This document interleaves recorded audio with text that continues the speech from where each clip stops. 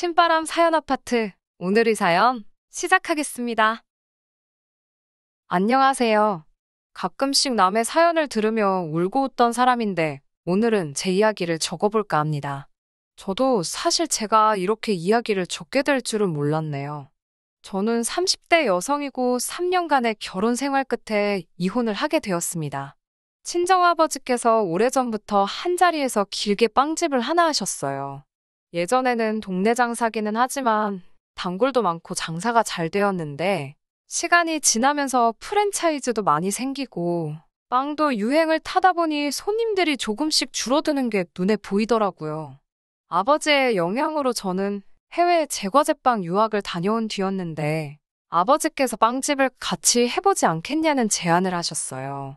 원래는 제과기업 연구팀에 지원을 하려고 다녀온 유학이지만 장사가 생각보다 안 돼서 어려운 아버지를 못 본 채 할 수도 없고 사업을 해보는 것도 저에게 나중에 도움이 되지 않을까 하는 생각에 아버지를 도와주기 시작했습니다. 가게는 내부부터 새 단장을 시작하여 카페를 겸한 빵집으로 바꿨고 그 과정에서 초반에는 가게 확장이며 돈이 참 많이 들었지만 지금은 직원이 10명이 넘어갈 정도로 규모가 커졌습니다. 남편은 사업을 확장하고 있던 그 시기에 만나게 되었습니다. 제가 동물을 참 좋아하는데 여건상 키울 환경이 안 되었어요. 가게 일이 바빠 집에 있는 시간도 거의 없었으니까요. 그래서 유기견 센터에 봉사활동을 다니곤 했는데 그때 남편을 처음 알게 되었고 그렇게 시간이 지나니 남편에게서 청혼까지 받게 되었습니다.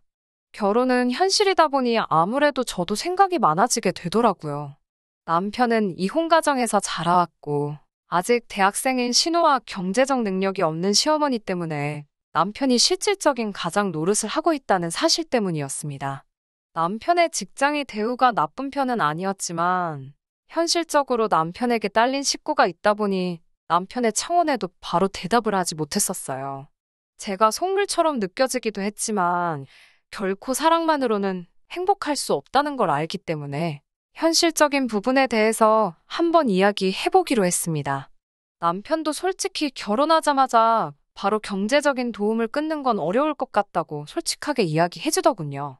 하지만 여동생이 곧 대학 졸업을 앞두고 있고 이후에 취직을 하게 되면 그때부터는 지원을 끊을 수 있다고요. 당장은 한 달에 50만 원씩은 다달이 보내야 할 것 같다는 말에 안 된다고 말할 수도 없었습니다. 오히려 둘러대지 않고 사실대로 말해준 부분에 고맙기까지 했어요. 한편으로는 남자가 자기 집안 형편이 어려운 이야기를 하는데 그것만으로도 얼마나 자존심이 상했을까 하는 생각이 들었고 어떻게 보면 집안의 기둥을 제가 뽑아오는 거나 마찬가지니 그 정도의 책임은 질 수 있다고도 생각했어요. 말한 대로 시댁에 지원하려고 한 금액도 그렇게 큰 편은 아니었고요. 그렇게 시댁에 대한 이야기는 마무리 짓기로 하고 저는 결국 남편의 청혼을 수락했고 결혼 준비를 하게 되었습니다. 남편이 모아둔 돈은 3천만 원으로 절대 많은 편은 아니었는데 저 또한 당시 아버지의 빵집을 카페 형식으로 바꾸는 와중에 옆에 가게 하나를 터서 확장하고 있던 상황이라 모아둔 돈이 거의 없는 상황이었어요. 저도 제 수중에 모아놓은 돈이 남편보다 오히려 더 적은 상황인데 남편이 모아둔 돈이 적다고 해서 그걸 가지고 결혼을 한 해 만에 이야기할 생각은 없었어요. 그 돈 가지고 신혼집을 구하는 데는 어려움이 많았습니다. 이래저래 알아보다 친정부모님이 그렇게 스트레스 받을 바에야 들어와서 살라는 제안을 하셨어요. 남자가 된 입장에서 처가살이하는 걸 결심하기가 쉽지 않았을 텐데 남편은 그 제안을 흔쾌히 받아들여 주었습니다. 당시에는 버는 돈이 족족이 다 가게에 투자되어야 하는 상황이었지만 가게가 완전히 자리 잡은 지금은 분가해서 따로 나와 살고 있어요. 그 이후로 참 많은 게 순식간에 생각지 못한 방향으로 흘러가더라고요. 저희가 신혼여행에서 돌아오고 얼마 지나지 않았을 때입니다. 시어머니가 기니 할 이야기가 있다고 하시면서 밖에서 식사를 같이 하자고 하셨습니다. 그리고 당일날 약속 장소에 나가니 시어머니께서는 낯선 남자분과 함께 계시더라고요. 오랜 시간을 알고 지내신 분인데 이제 아들도 장가를 갔고 당신도 당신의 인생을 시작하고 싶다고 하시더군요.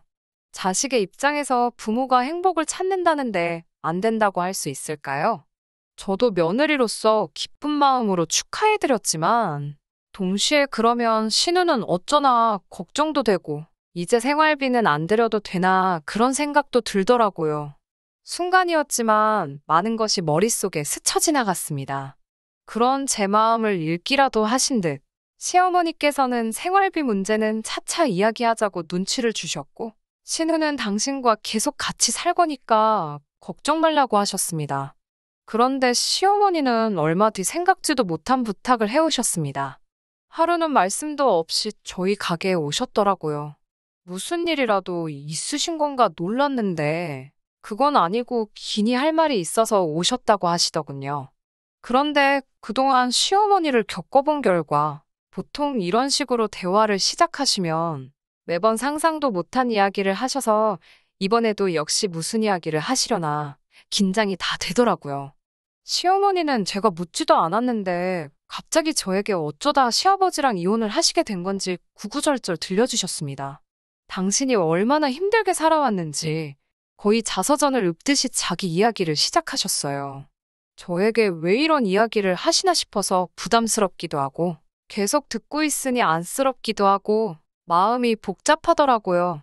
이윽고 시어머니는 그래서 말인데 당신도 지금의 남자친구분과 드레스 입고 사진 하나 정도는 찍고 싶다고 그러시더라고요. 시아버지랑 이혼하면서 그나마 젊은 시절 찍었던 웨딩 사진도 다 찢어버렸다면서 더 늙기 전엔 한 번 더 찍어두고 싶으시다고요. 같은 여자로서 그럴 수도 있겠다 싶어서 좋은 생각이신 것 같다고 말씀드렸어요. 시어머니는 저라면 이해해줄 줄 알았다면서 그래서 말인데 저에게 혹시 200만 원 정도만 빌려줄 수 있냐고 물어보시더군요.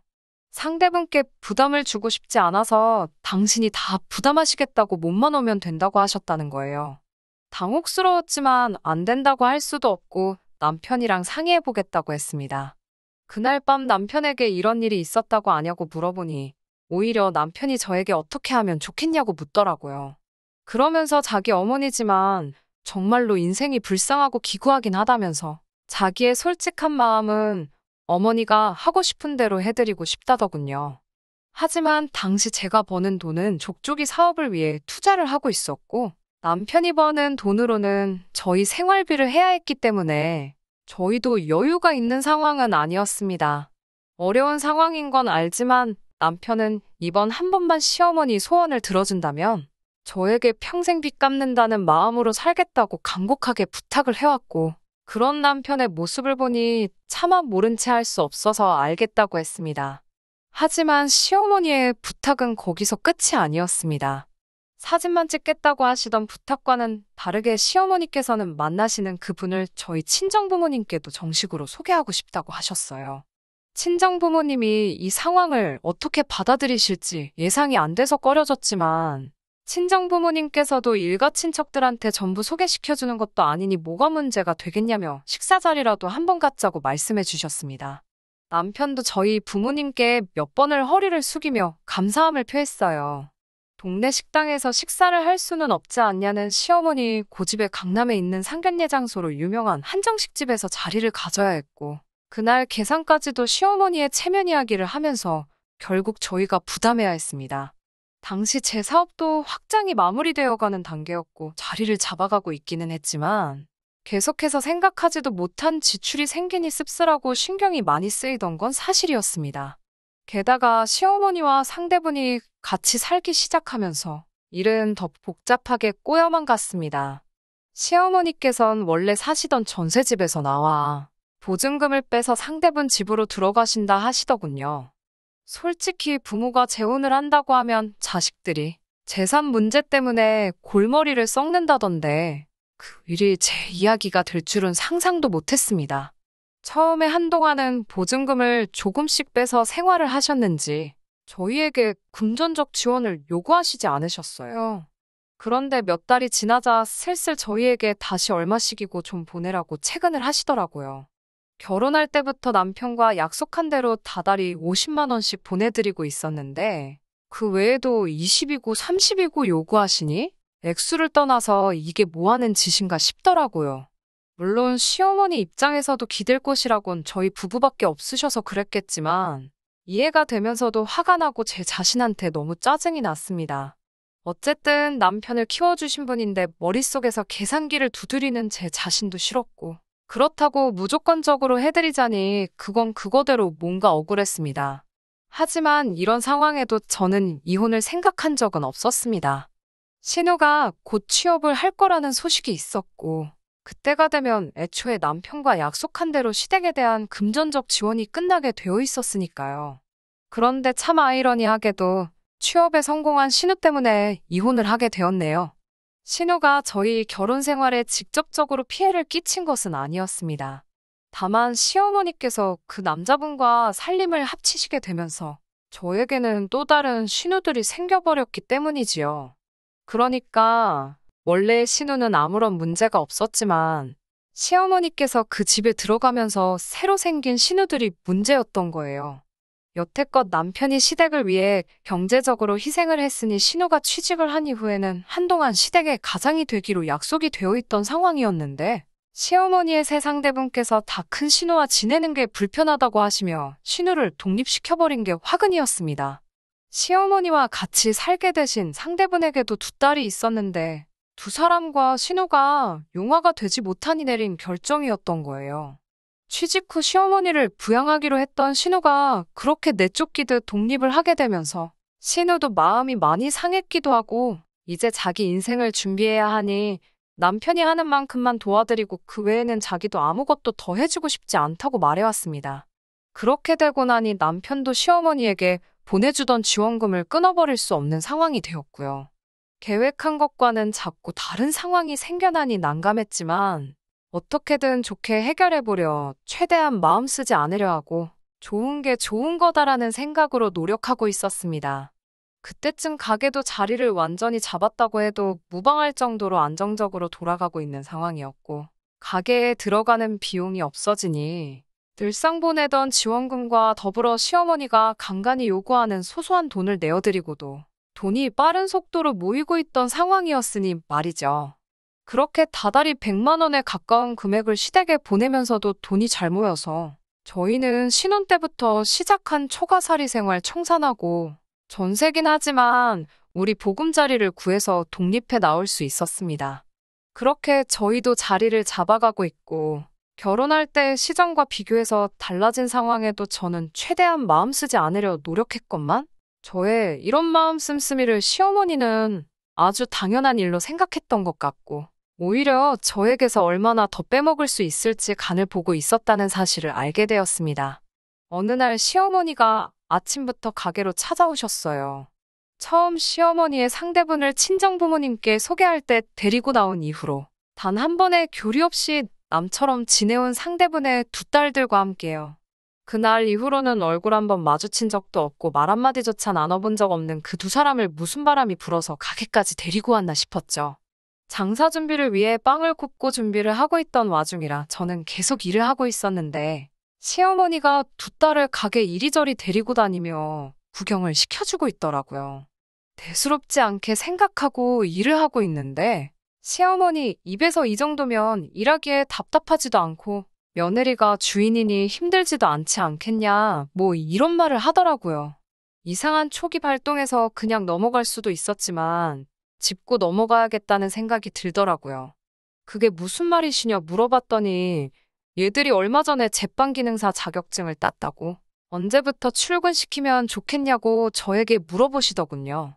말인즉슨 두 딸들 취직을 시켜달라는 말인 줄 알고 친정아버지도 기술자시고 저도 유학까지 다녀온 기술자라 빵 쪽에는 아직 사람이 필요하지도 않고 앞으로도 구할 생각이 없어서 그건 좀 불가능할 것 같다 대답했더니 시어머니가 이야기했던 거랑 다르지 않냐고 성질을 내시며 여태까지 자격증 딴다고 가르친 돈도 있고 하니 당장 내일부터라도 출근을 시킬 거라고 약속은 지키라 말하며 알아서 하라 소리를 치시곤 돌아가셨습니다.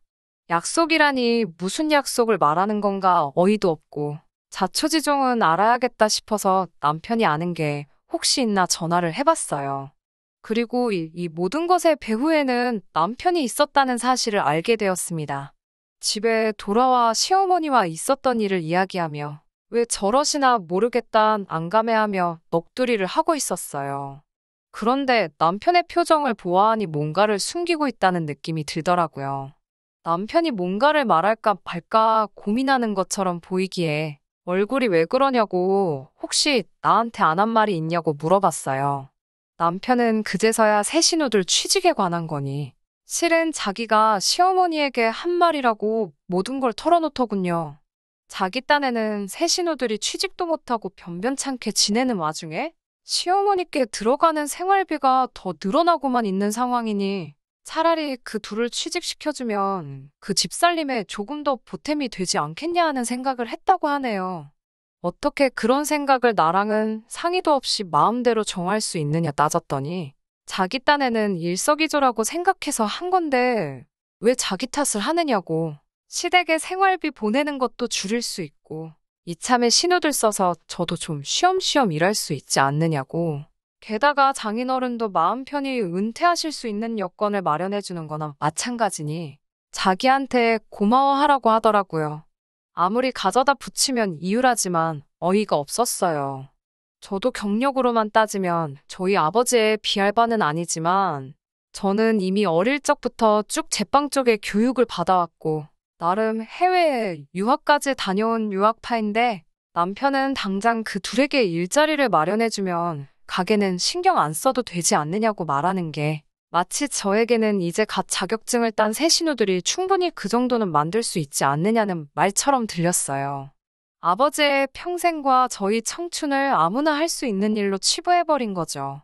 거기에 언제부터 가게에는 그렇게 신경을 썼다고 대청소라도 도와달라면 피곤하다고 빼기만 했던 주제에 어디서 자기 마음대로 사람을 구하고 뭘 시키고 어디서 이제 자격증의 잉크도 마르지 않은 초짜 2명 데려다가 가게를 운영해라 마라 소리도 하고 아주 운영까지 하려 드는 것도 어이가 없었습니다. 기분이 확 나빠져서 남편한테 대한민국의 제빵 경력자가 얼마나 많은지는 아냐고. 사람이 필요하면 내가 구하고 그런 초짜들은 돈 주고 쓸 생각도 없다고 한마디 했습니다. 남편은 지금 말 다 했냐고 자기 동생들을 무시하냐는 말도 안 되는 소리를 하더라고요. 정말 어이가 없어서 언제부터 그 아저씨네 딸들이 당신 여동생이 된 거냐고 한마디 했죠. 정신 좀 차리라고 힘들게 살아오신 어머니한테 효도하고 싶은 마음이 굴뚝 같은 건 알고 있고 말릴 생각도 없지만 이건 너무 도가 지나친 거 아니냐고. 이건 효자가 아니라 호구라고 한마디 해줬어요. 자꾸 이런 식으로 시어머니 부탁 거절 못하고 오히려 나서서 못해줄 것도 해주려고 노력하는 모습 보여봐야 아무 때고 필요할 때마다 돈을 뽑아먹을 수 있는 ATM기나 다름없지 않냐고 했습니다. 남편이 뭘 잘못했는지 눈치채는 척이라도 해줬다면 이혼까지는 안 했을 수도 있어요. 하지만 남편은 제 말에 방방 뛰면서 자기가 여태까지 뭐하러 처가살이를 참아왔겠냐고 하더라고요. 여태까지 처가살이 하면서 장인 장모님 비위장 맞춰왔는데 자기 어머니 도와드리는 게 뭐가 문제냐고 하더군요. 어이가 없었습니다. 처가살이 한 건 맞지만 그건 우리의 선택이었고 처가살이 하면서 시어머니한테 생활비라고 얼마 주고 하면서 정작 먹여주고 재워주는 친정에는 휴지 한 장 사드린 적 없었거든요. 그만큼 친정부모님은 저희 독립을 위해 돈을 아낄 수 있는 여건을 마련해 주셨고 시어머니는 새아저씨랑 데이트한다고 돈 필요할 때마다 저희한테 연락해서 뜯어가기 바빴으니까요. 입이 비뚤어져도 말은 바로 하랬다고 언제부터 그 아저씨네 딸들이 네 여동생인지도 모르겠고 효도는 이미 처가살이 하면서도 실컷 해오지 않았느냐고 한마디 했어요. 진짜 우리가 시어머니한테 똑바로 안 했다고 생각하는 거냐고 똑바로 대답하라고 이게 마지막 기회라고까지 했습니다. 하지만 남편은 그 기회조차도 저버리더군요.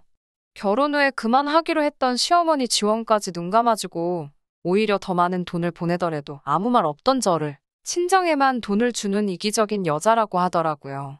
가게 확장하는데 결혼 후에도 큰 돈을 들인 건 사실이지만 현재 가게가 자리 잡은 지금 벌어들이는 돈은 다 저희 수입이나 마찬가지니 투자한 거나 마찬가지 아니냐 말해봤지만 남편은 친정에 투자했듯이 자기 여동생들에게도 투자를 해보라고 적반하장으로 나오는 겁니다. 저는 최후 통첩을 했어요. 자식을 현금 인출기로 생각하는 시어머니 뒷바라지 열심히 하고 피 한 방울 섞이지 않은 여동생들에게 투자나 실컷 하라고요. 남편은 이혼을 하게 되면 저로부터 꽤 많은 양의 재산 분할을 받을 거라 생각했었나 봅니다. 하지만 여태까지 시어머니에게 돈이 흘러들어간 기록과 여러 정황 증거들 때문에 남편의 요구는 받아들여지지 않았고, 남편은 땡전 한 푼 건지지 못하고 집을 떠나게 되었어요. 얼마 전 신우를 만났습니다. 남편이 뒷바라지 해주고 싶은 새아저씨네 딸들이 아니라 그 집에서 애물단지 취급을 받으며 강제로 독립하게 돼버린 진짜 신우를요. 신우가 저에게 잘못한 거는 없는데 저한테 미안하다는 사과 먼저 하더군요. 그리고 남편의 소식을 들려줬어요. 같은 여자인 자기도 애물단지 취급을 받아 독립을 하게 되었는데 제 남편은 오죽했겠냐면서요. 남편은 자기 어머니와 새로 살게 된 가족들을 위해 저와 이혼까지 불사했는데 이혼 가치가 사라지니 그 집에서도 자기처럼 애물단지 취급을 받아 지금은 혼자서 고시원을 전전하면서 살고 있다고 합니다. 시어머니와 같이 지내시는 새아저씨가 말하길 자기 딸들 취직만 시켜준다면 새아저씨 재산으로 어머니와 함께 노후를 보내겠다는 약속을 했었다네요. 그때부터 새아저씨의 딸들을 여동생이라 생각하고 어떻게든 저희 가게에 취직을 시키려 저 몰래 더러운 뒷공작을 벌이고 있었던 거예요. 어머니의 편한 노후를 위해서 말도 안 되는 어깃장을 부리던 남편의 어긋난 효심 때문에 저와 이혼을 하게 된 거였네요. 놀라운 건 새아저씨에게는 따로 재산이 없었다고 합니다. 시어머니의 노후를 약속한 것 또한 거짓말이었던 거죠. 남편은 그런 것도 모르고 계속 이용만 당하다가 버려지고 만 것이죠. 남편이 신우를 시켜 저와 이야기해보라 보낸 거긴 하지만 신우 또한 그게 저한테도 못할 짓이라고 생각해 이렇게 모든 사실을 전해주러 나온 거라고 합니다. 잘 헤어진 거라고 그 집구석하고 계속 연붙이고 있으면 좋은 꼴 못 봤을 거라며 남편의 부탁을 받고 왔지만 저에게 사과를 해주고 싶어 이렇게 자리에 나온 거라 하더라고요. 가게는 전에 없이 바쁘게 잘 돌아가고 있어요. 함께 힘든 시간 이겨내고 행복하게 살 계획이었지만 제 믿음을 저버린 사람과는 더 이상 함께 할 수 없을 것 같네요. 끝까지 저를 이용만 하려고 했던 남편과 시어머니가 얼마나 잘 살지는 모르겠지만 적어도 사소한 욕심 때문에 저를 놓치게 된 걸 매일같이 땅을 치고 후회하며 지냈으면 하는 바람이에요. 제가 조금 이기적이었을까요? 아무튼 제 이야기는 여기서 끝마치도록 하겠습니다. 끝까지 들어주셔서 감사합니다. 오늘의 사연은 여기까지입니다. 구독과 좋아요, 알람 설정 부탁드리고 더 좋은 사연으로 다시 찾아뵙겠습니다. 감사합니다.